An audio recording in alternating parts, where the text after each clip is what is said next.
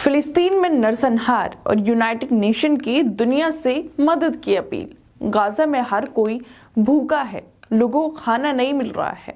17 लाख लोग विस्थापित हो गए हैं। एक तरफ नेतन्याहू का नरसंहार है तो दूसरी तरफ गाजा में भुखमरी के हालात, जिसकी वजह से गाजा में किसी को भी खाना नसीब नहीं हो रहा है। गाजा के लोग भूखे प्यासे नेतन्याहू के बमों की, मिसाइलों की मार झेल रहे हैं। ना तो खाना है और ना ही अब उनके पास घर बचे हैं। परिवार के परिवार खत्म हो गए हैं, क्योंकि नेतन्याहू के साथ अमेरिका जैसे देश नरसंहार करने के लिए साथ दे रहे हैं। लेकिन अब यूएन के महासचिव ने दुनिया से फिलिस्तीन का साथ देने की बात कही है। इजराइल गाजा में क्या चल रहा है, क्या वहां के गाजा के हाल हो गए हैं, उसकी सच्चाई उन्होंने सबके सामने लाकर रख दी है। बता दिया है कि नेतन्याहू की वजह से कैसे गाजा में लाखों लोगों को अपने घर छोड़ने पड़ रहे हैं।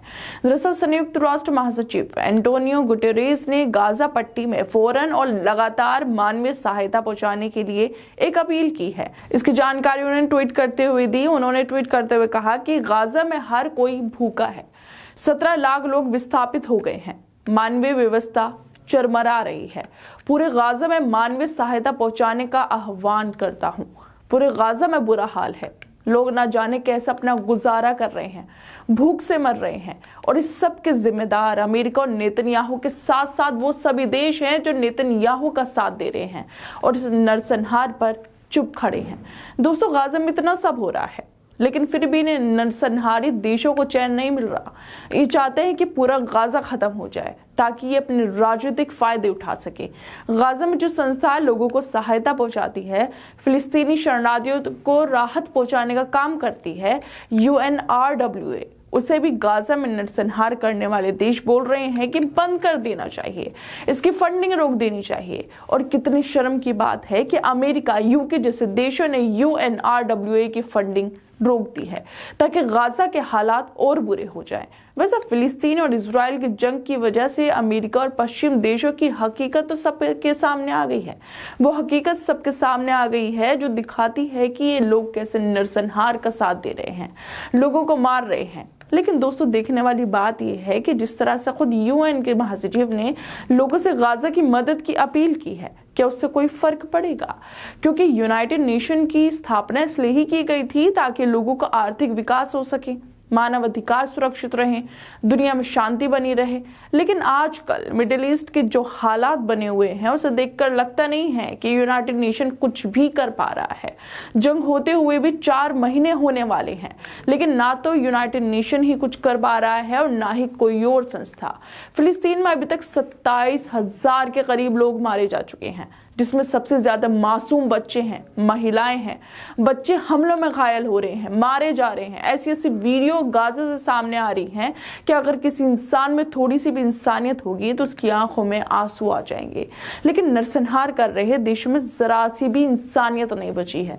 ना तो इनके लिए ICJ का फैसला ही कोई मायने रखता है और ना ही किसी और की अपील। यूएन के महासचिव एंटोनियो गुटेरेस गाजा में शांति की, मानवीय मदद की अपील तो कर रहे हैं।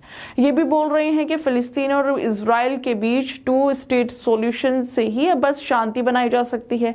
अंतर्राष्ट्रीय समुदाय के इस समाधान पर जोर देना चाहिए, इससे पीछे नहीं हटना चाहिए। लेकिन सवाल तो ये है कि 4 महीने होने वाले हैं जंग को, यूनाइटेड नेशन आखिर कर क्या रहा है? गाजा के लोगों के लिए बस बयान दे देना काफी है क्या? क्योंकि इजराइल तो ICJ का फैसला भी मानने को तैयार नहीं है। ऐसे में उस पर कोई कार्रवाई क्यों नहीं हो रही है? क्यों उसकी सजा नहीं दी जा रही है? क्यों उसको छूट दी जा रही है? क्या इसके पीछे की ये वजह है कि उसके साथ अमेरिका खड़ा हुआ है और यूनाइटेड नेशन से लेकर हर संस्था में अमेरिका का वर्चस्व भी है?